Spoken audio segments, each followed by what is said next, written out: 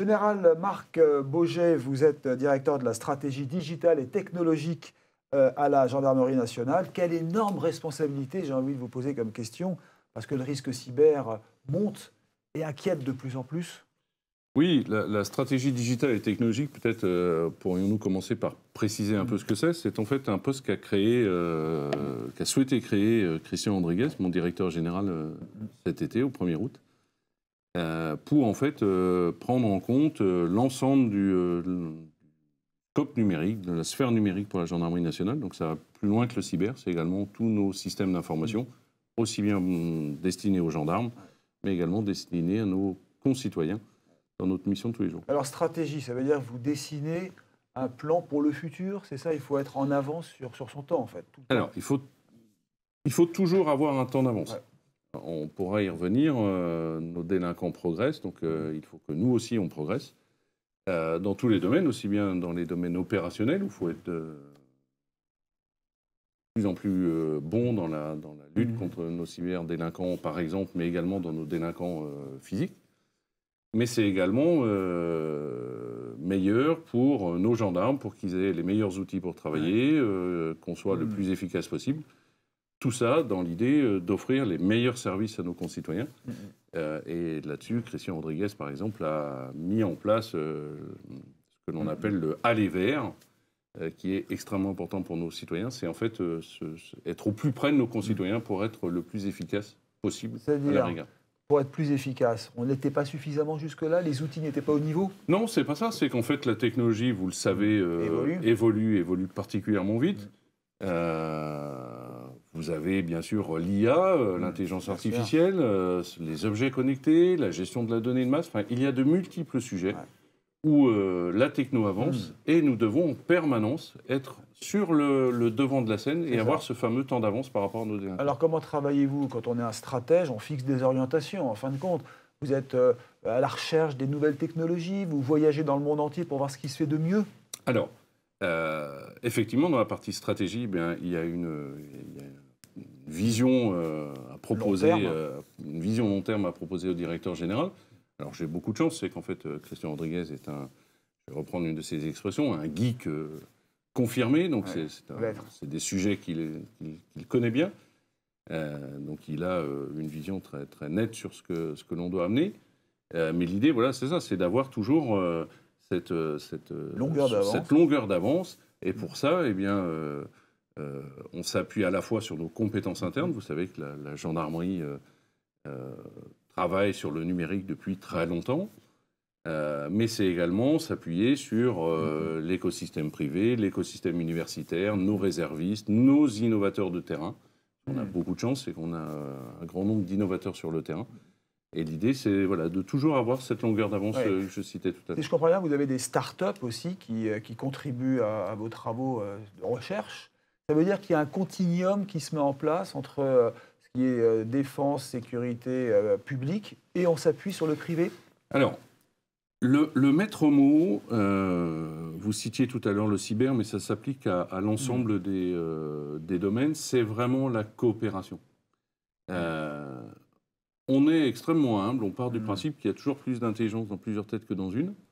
Et donc, c'est vraiment en juxtaposant les apports des uns et des autres que l'on va arriver à être le plus performant. Donc oui, effectivement, on travaille avec l'écosystème privé, des startups comme des grandes sociétés. Oui, on va travailler avec le monde universitaire et le monde de la recherche pour avoir ce fameux temps d'avance. Et si vous suivez l'actualité, je ne doute pas que ça soit le cas, vous avez vu qu'il y a quelques jours, nous avons organisé les rencontres Agir. Alors, le principe de ces rencontres, c'est quelque chose qui existe depuis 3 ans maintenant, où en fait, on inverse la chaussette et en fait, c'est nous qui venons expliquer à l'écosystème privé voilà ce dont on aurait besoin dans 3 ans, de façon à ce que vous orientez votre recherche. On a également nos réservistes. Vous savez que la réserve en gendarmerie, on est à plus de 35 000 réservistes. On a la chance d'avoir des réservistes de très haut niveau dans nos rangs, et bien, qui eux aussi vont venir challenger nos idées pour nous dire, il nous semble que vous êtes bien parti, on peut vous aider, ou au contraire, attention, il y a telle ou telle orientation qu'il ne faudrait pas louper. C'est-à-dire que ce sont des réservistes qui appartiennent aux entreprises privées, c'est ça? Ils sont détachés, en fin de compte, Pour vous donner les meilleurs. Voilà, ils viennent apporter leur expertise aux gendarmes. Mais si on doit aujourd'hui fixer les objectifs à 5 ans, à 10 ans, je ne sais pas quelle est votre échéance, on regarde quoi aujourd'hui? C'est l'intelligence artificielle, c'est le chat GPT, c'est la gestion accélérée des outils de recherche notamment, de track sur Internet? Alors, on a de multiples sujets d'intérêt sur lesquels on travaille. L'intelligence artificielle, vous l'avez cité, oui, évidemment, à la fois parce que ça va nous permettre de démultiplier notre action, mais également parce que c'est utilisé par nos adversaires, nos délinquants, et donc il faut que l'on puisse arriver à les contrer de ce côté-là. Donc c'est quelque chose sur lequel, évidemment, on travaille.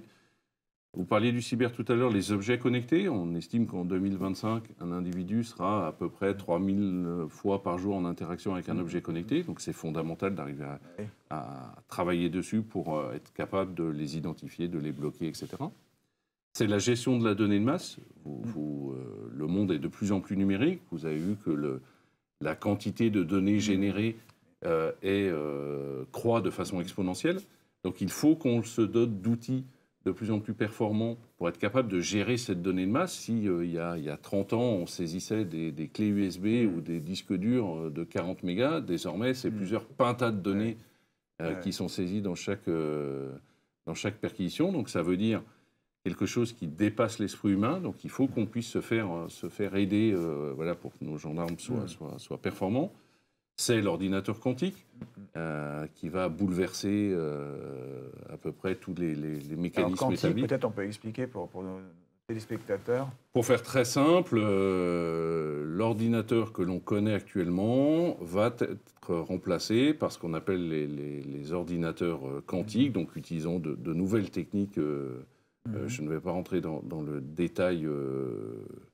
Voilà, ça serait beaucoup trop long. Mais par contre, ça va démultiplier de façon presque inimaginable les capacités des ordinateurs, à la fois les nôtres pour être plus performants, mais également ceux des délinquants qui eux aussi suivent l'actualité.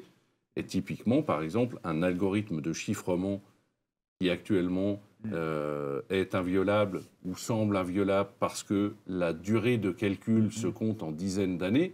Si demain, vous avez un ordinateur qui est capable de calculer 1000 fois, 10 000 fois plus vite, eh bien, de dizaines d'années, on passe à quelques heures. Et donc là, vous voyez, tous nos mécanismes de sécurité, bien sûr, tous nos mécanismes de sécurité sont à revoir. Mais les champs d'action se sont élargis. Vous avez bien sûr la délinquance financière sur le net. J'imagine que vous êtes dessus. Il y a la délinquance humaine, donc la pédophilie, tout ce qui circule aujourd'hui sur Internet. Et puis, il y a aussi la traque contre le terrorisme. On a l'impression que c'est tellement vaste, ce champ d'action, ce terrain qui est sur Internet. Ça n'est plus le gendarme qui traque le voleur, le délinquant sur le terrain. C'est pire que cela aujourd'hui. Alors, c'est effectivement le champ. Le champ s'élargit. Ouais. Maintenant, on parlait cyber. Christian Rodriguez a créé, vous le savez, il y a maintenant plus de 2 ans, le commandement de la gendarmerie dans le cyberespace. C'est plus de 9000 cyber-enquêteurs répartis partout sur le territoire, y compris outre-mer. Et c'est quelque chose sur lequel on a investi énormément. Le DGGN a souhaité que l'on recrute depuis déjà plusieurs années, à minima, 40% de nos officiers avec un profil scientifique. Donc on a complètement effectué notre mue. Et on renforce encore cette action. Nos sous-officiers sont tous formés au cyber. Je crois que 93 ou 94%, si je me souviens des derniers chiffres, sont désormais formés à l'IA. Et voilà, et on essaye en permanence d'avancer le mieux possible, plusieurs données possibles. Tout en étant toujours sur le terrain, parce que dans l'esprit général, la gendarmerie est sur le terrain. C'est justement ce qui fait votre force. Et c'est une de nos missions prioritaires sur lesquelles il est bien sûr hors de question que l'on revienne. C'est le fameux aller vers que je citais tout à l'heure. Le président de la République l'a annoncé. On va avoir des 200 brigades supplémentaires pour encore mieux mailler le territoire. La gendarmerie, c'est 4000 points de vente, entre guillemets, partout, y compris outre-mer. Et c'est cette proximité de nos citoyens que l'on recherche et que l'on cultive. Donc vous appuyez sur les réservistes. C'est ce continuum de sécurité. Vous lui dites quoi à ce continuum qui nous regarde, puisque c'est l'essence même de Anews Sécurité? Alors, très clairement, nous avons besoin de vous, tous. Et je pense que collectivement, nous avons tous besoin des uns et des autres. C'est d'ailleurs pour ça que on élargit un peu la focale. C'est pour ça que nous travaillons autant à l'international. Dans le cyber, c'est 15 à 16 réunions par mois avec nos partenaires internationaux. Ça va du Canada à l'Australie, en passant par le Japon, les États-Unis, l'Amérique du Sud, enfin, les pays européens évidemment. Donc c'est très international. C'est très international, mais pourquoi? Parce que là encore, c'est tous ensemble que l'on arrivera à être plus efficace. Et je ne résiste pas à l'envie de vous citer ma phrase favorite, qui m'a même valu d'un subordonné un splendide dessin, c'est si tout seul on va plus vite, c'est ensemble qu'on va plus loin. Et cette phrase-là, c'est vraiment ce qui constitue notre ADN. Le gendarme, que ça soit le gendarme au fin fond de la jungle guyanaise, dans un département de métropole, dans le cyber, ou dans l'ensemble des domaines, sur l'environnement, sur la lutte contre la haine en ligne, etc. Il y a vraiment quelque chose qui sous-tend son action, c'est notre capacité et notre volonté farouche d'aider les victimes, donc quand même notre mission première. Et pour tout ça, de travailler en partenariat avec le monde universitaire, le monde industriel et l'ensemble des ressources disponibles et des gens qui veulent travailler avec nous, de façon à être plus efficace. Donc pour répondre à votre question, qu'est-ce que je dirais au continuum de sécurité? C'est assez simple, on a besoin de vous, continuons à travailler ensemble, c'est comme ça qu'on sera le plus efficace. Le 1er décembre, vous aviez les assises de la réserve cyber, c'est-à-dire? Alors, les assises de la réserve cyber, c'est quelque chose qui a été créé il y a 2 ans et que mon successeur à la tête du commandement de la gendarmerie dans le cyberespace, le général Husson, évidemment continue. C'est l'animation de toute cette réserve cyber, qui sont des spécialistes du monde privé qui, encore une fois, viennent à nos côtés. Et en fait, c'est la consécration d'une année de travail que l'on fait avec les réservistes sur des sujets bien précis, sur lesquels on va se faire challenger. Tout le monde va apporter sa pierre à l'édifice de façon à construire une réponse de la gendarmerie la plus efficace possible. Et ça se fait en coopération avec la police nationale, avec les polices privées, avec les polices municipales, les agents de sécurité? Bien sûr, on travaille en collaboration avec la police nationale, que ce soit dans la lutte contre la délinquance plus physique comme dans la lutte contre la délinquance cyber. D'ailleurs, le ministre a souhaité, spécifiquement sur le cyber, renforcer cette coopération entre les différentes structures, et on a vu la création au 1er décembre d'un commandement du ministère de l'Intérieur dans le cyberespace, qui est raccroché à Christian Rodriguez, le directeur général, qui abrite des policiers et des gendarmes, justement pour travailler sur tout ce qui est stratégie, formation, état de la menace, qui est un sujet principal, co-saisine pour tout ce qui est ressources rares dans le cyber. Bref, l'idée, c'est d'être collectivement, là encore, le plus efficace possible au niveau du ministère de l'Intérieur, notamment parce qu'il ne vous a pas échappé qu'il va se passer quelque chose à l'été 2024 et qu'on devra tous être au rendez-vous. Oui, alors ça, c'est le grand problème. On ne va pas ouvrir le sujet des Jeux Olympiques, mais bon, on fait confiance au pouvoir public pour assurer la sécurité. On travaille d'arrache-pied dessus. Question quand même concernant aujourd'hui le numérique. Est-ce que vous avez le sentiment que c'est suffisamment pris au sérieux? Est-ce que la France est en avance ou en retard? Alors, est-ce que la France est en avance ou en retard sur le numérique? Eh bien, écoutez, j'aurais tendance à vouloir faire un cocorico en la matière. Pourquoi? Commençons par le cyber. 40% des ingénieurs européens qui travaillent dans le cyber sont français. En France, le président de la République a décidé, je crois en 2017, la création d'un cybercampus, et c'est Michel Vandenberg qui a monté ça de main de maître. Le campus cyber, on a interviewé ici. Le cybercampus, il y en a 4, je crois, dans le monde. Un en Israël, un aux US, un en Russie et un chez nous. C'est 1800 ingénieurs, je crois, qui tous les jours échangent sur le cyber. Et ça couvre vraiment l'ensemble du scope. Donc, sur le cyber, j'aurais tendance à dire, oui, nous avons un écosystème privé qui est extrêmement foisonnant, avec des vraies pépites et des vrais sujets qui sont traités. Donc, on est plutôt pas trop mauvais. Il faut arrêter de penser que voilà, tout se fait... Voilà, même si parfois on choisit des caméras piétons, des caméras donc pour la police qui viennent de l'étranger. Alors, après,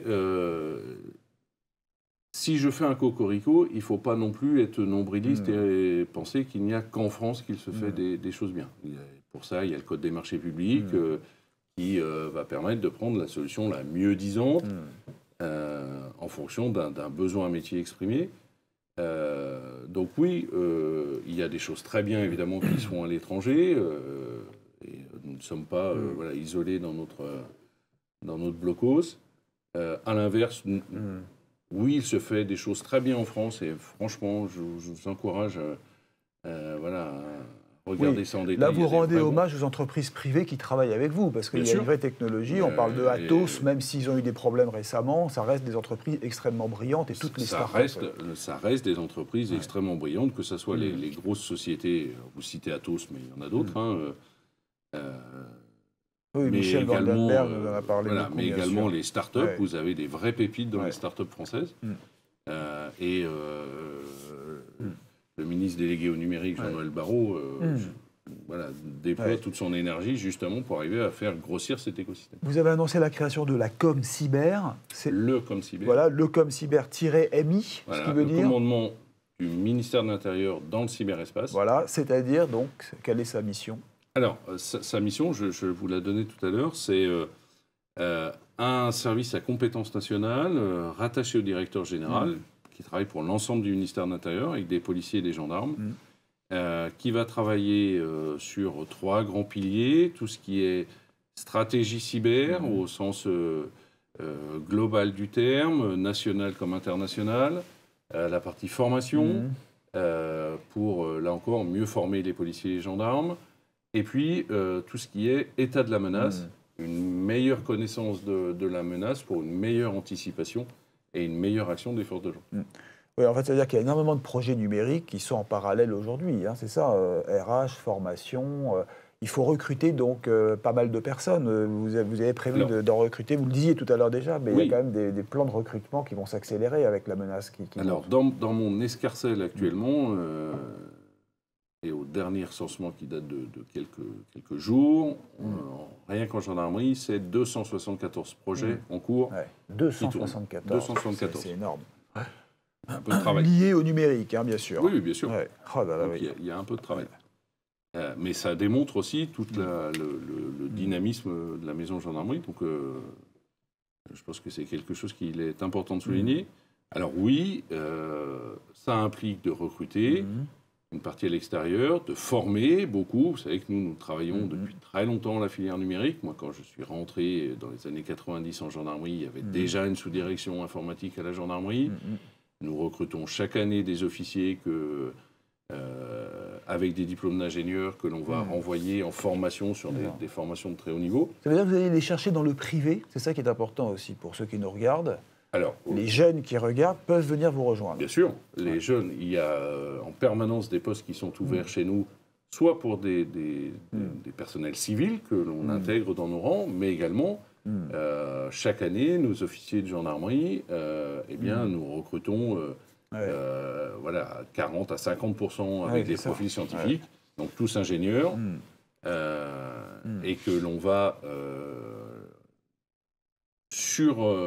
surformer, à la fois pour qu'ils aient les compétences d'officiers de gendarmerie, puisque chez nous, il n'existe pas de filière technique. Nos officiers qui sont dans la spécialité système d'information, par exemple, vont alterner des temps de commandement opérationnel sur le terrain avec des temps dans la spécialité, et puis qu'on va envoyer en formation dans des écoles de haut niveau. Ils seront donc formés par vous. Pour rejoindre votre unité, il faut porter un CV, s'adresser à un centre de recrutement. Alors, multiples façons. Soit vous voulez rentrer comme officier de gendarmerie, et là, il faut aller voir vos centres d'information et de recrutement. Il y a des journées qui sont régulièrement organisées.